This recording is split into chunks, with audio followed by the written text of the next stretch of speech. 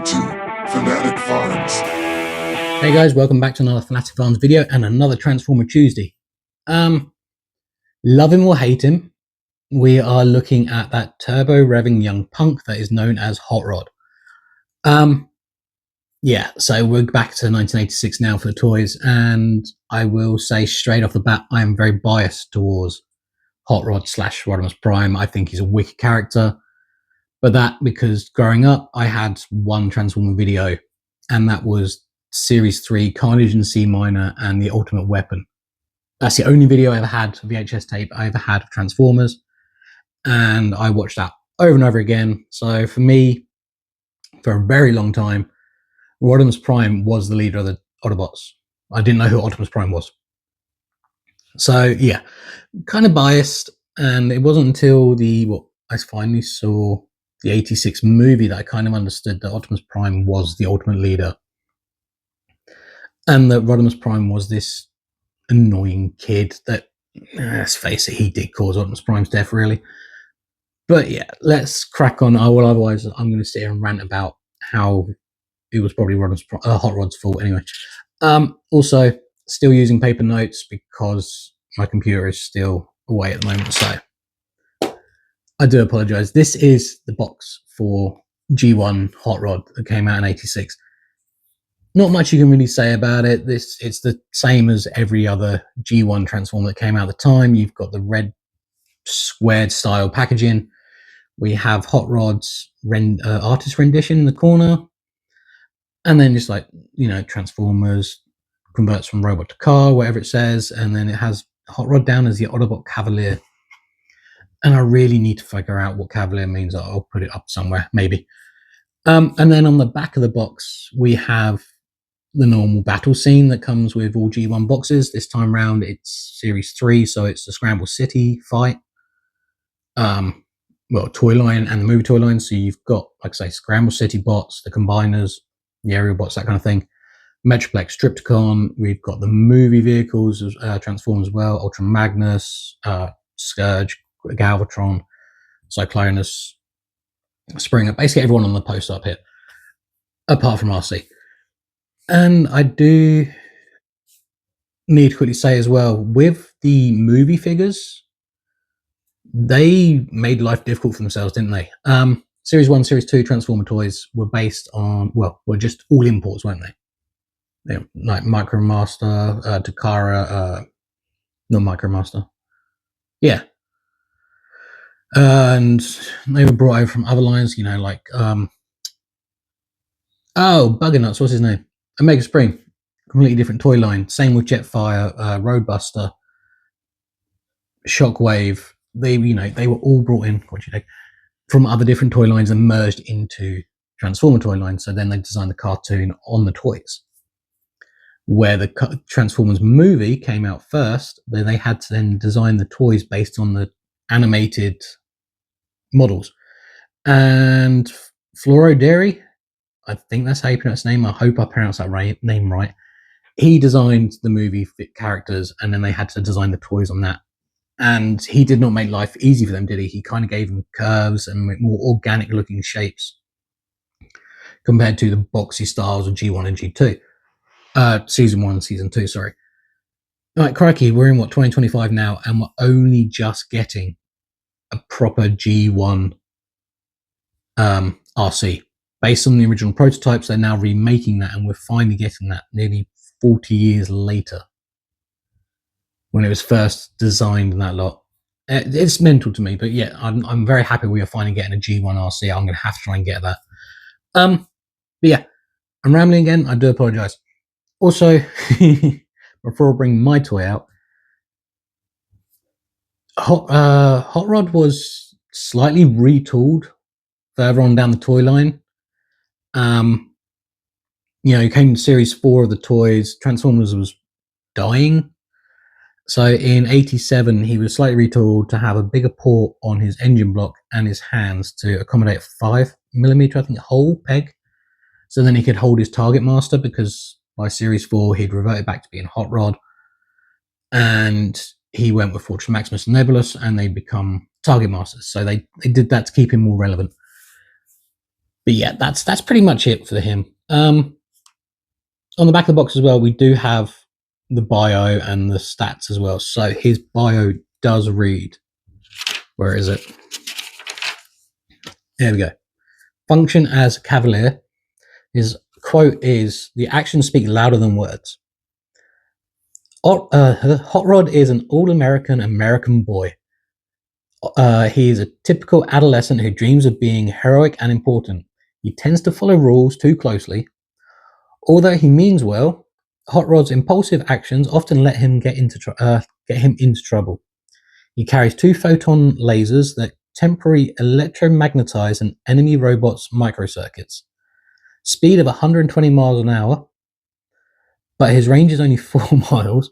He can be hot-headed, but always a well-meaning admiral lad and brave and honourable fighter. So he's not eco-friendly in the slightest. 4-mile range? That's ridiculous. 120 mile an hour speed? Yeah, that makes sense. But he doesn't, in the movies, he doesn't really follow rules too closely, does he? He's very impulsive. They don't play on that aspect. They play on the impulsiveness side to him. And how he kind of gung-ho, let's do it kind of thing. But yeah, some of that they've taken and some that I don't agree with. And then his stats read as strength is 10, intelligence is 10, speed is 9, endurance is 10, rank is 10, courage is 7, firepower is 10, and skill is 10. Now, I took this off the internet and I had to go back and double check it like 3 or 4 times because they are really high numbers for stats for just an Autobot. I know he becomes a leader, but at this point he's just still a soldier in the Autobot ranks, and he's got stats higher than Prime. You know, 1, 2, 3, 4, 6, 10. Yeah, having 6 10s, a 9 and a 7. He is well overpowered this stats for this guy, which I think is a bit mental.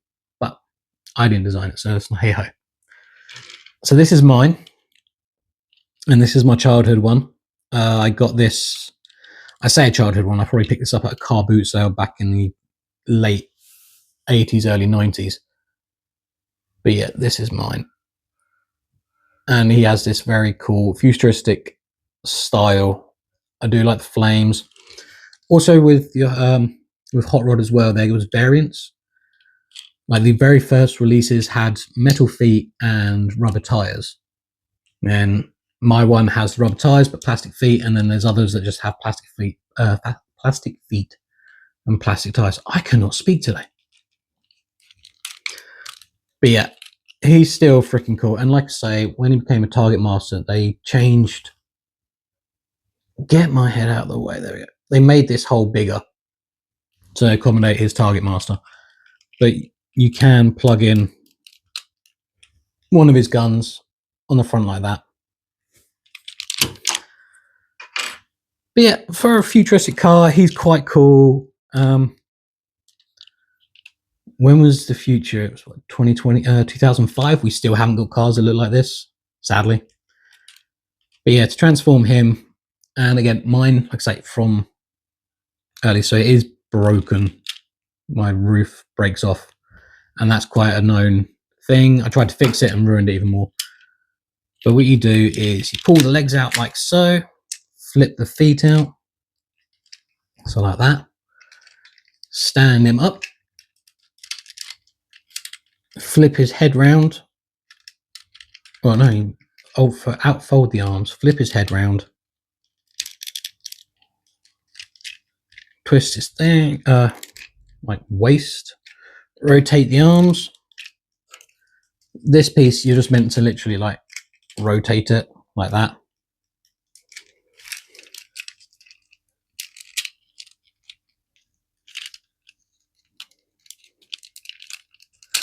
And then you just kind of peg it all into place a little bit. Like I say, mine is old. He doesn't really want to do it.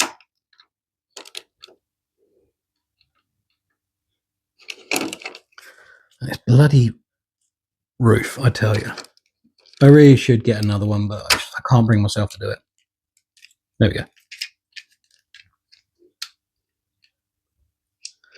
And there we go. That is Hot Rod in his robot mode. And you know what? Again, early 80s. It's not bad. It really isn't. I enjoy this figure. A lot on the secondary market, you will find his head missing, or like because it's only just kind of clipped in. Plastic breaks, as you can see, like mine with a broken back. But yeah, the stickers still look quite good. Their face is a bit dead starey, really, but it's kind of cool. I really should clean this guy. I might just take that off. But like I say, he does come with 2 weapons, and what's kind of cool is they are both sculpted differently. So you've got there we go. Got that one.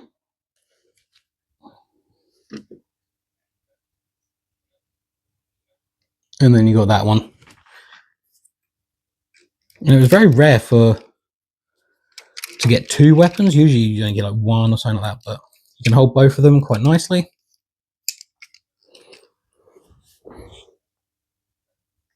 Yeah, he is a cool thing. And again, with most G1 toys, he is very statuesque. The only articulation he really has is the elbows bend. That is it. His legs don't bend. You can't move his head, obviously.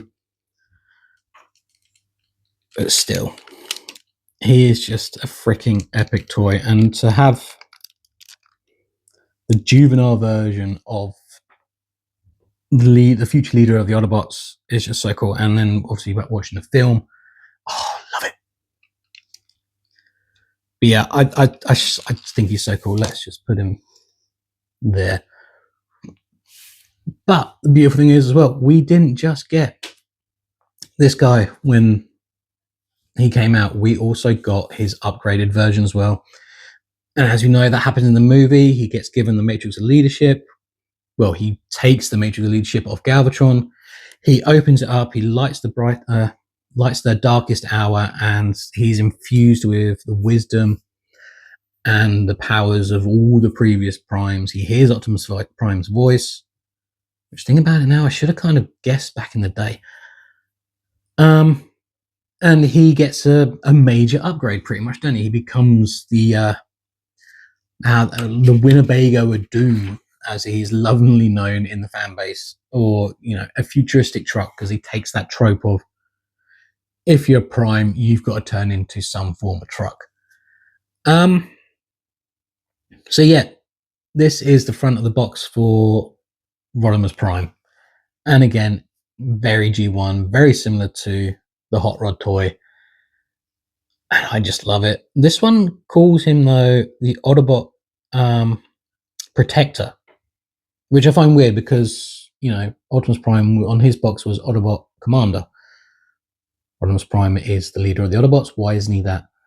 But still, me being biased and picky. And then on the back of the box, we again have that same battle scene we had with Hot Rod. We've got the Scramble City guys and that lot.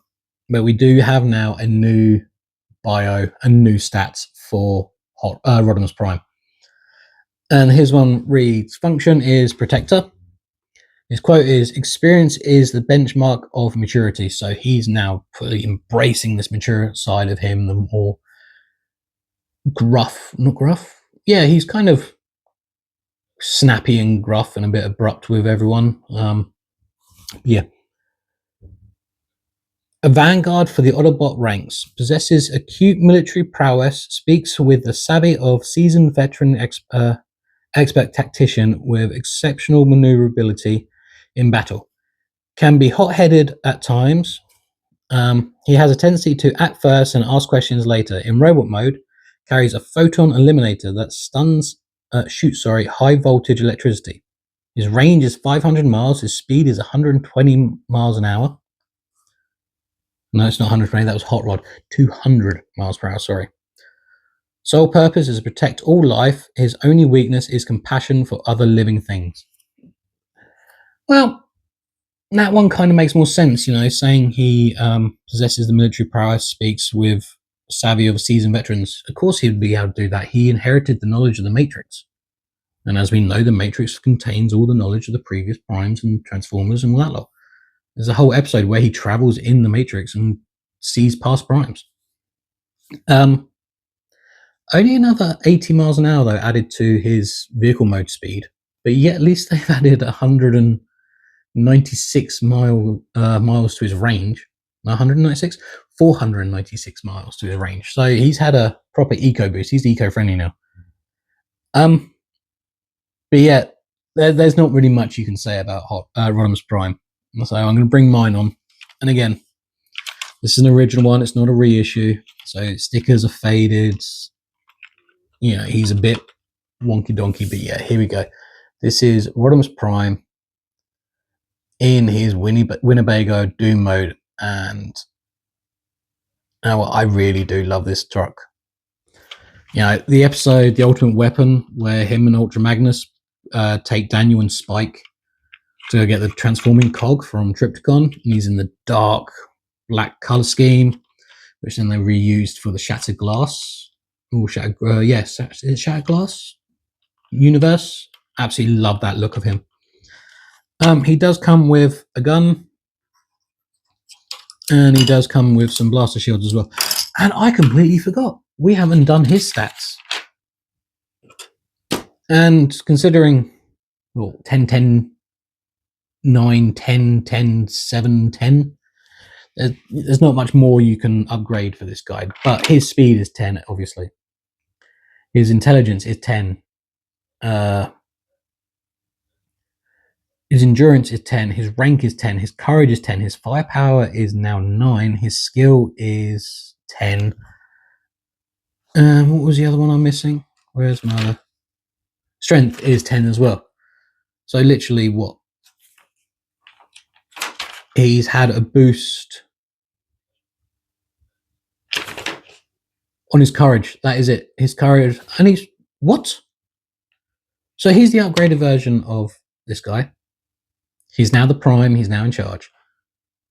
His firepower for this one is 10.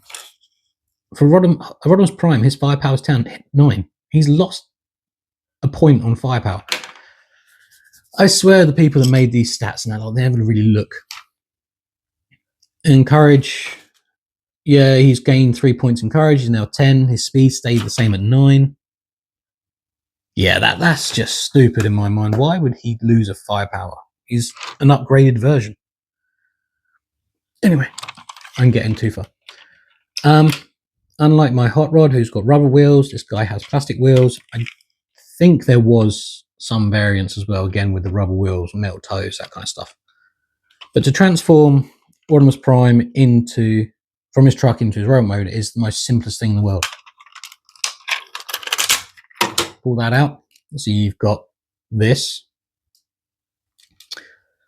Turn that round. Yeah, you with me so far? It's difficult. Fold the feet down. And then what you do is you pull the arms out. Pull the whole body forward a little bit. Rotate the chest. Push it down. Flip the head up. Take off the spoiler and move it ever so slightly forward.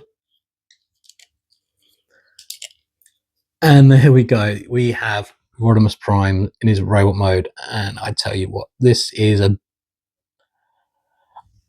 derpy, ridiculous, skinny, nothing really to it transformer. Like, let's hold him by his other leg that doesn't want to slide down. So again, Hot Rod, Rodimus Prime. Yeah, he lost weight, clearly. There goes the win. And he grew taller. But there's just nothing to it, really. There's like, his legs don't bend. Yeah, at least with this guy, his arms bent at the elbows. This one is just at the shoulder.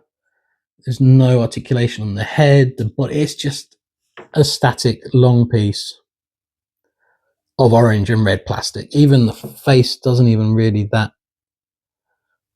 scream leader to me. Again, 80s. But and his gun, he can hold it.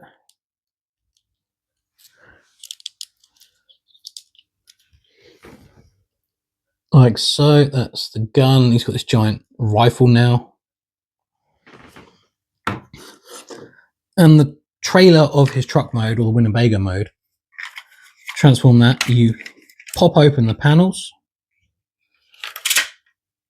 pull out the gun turret, insert the blast shields in the sides. 1, 2, like that.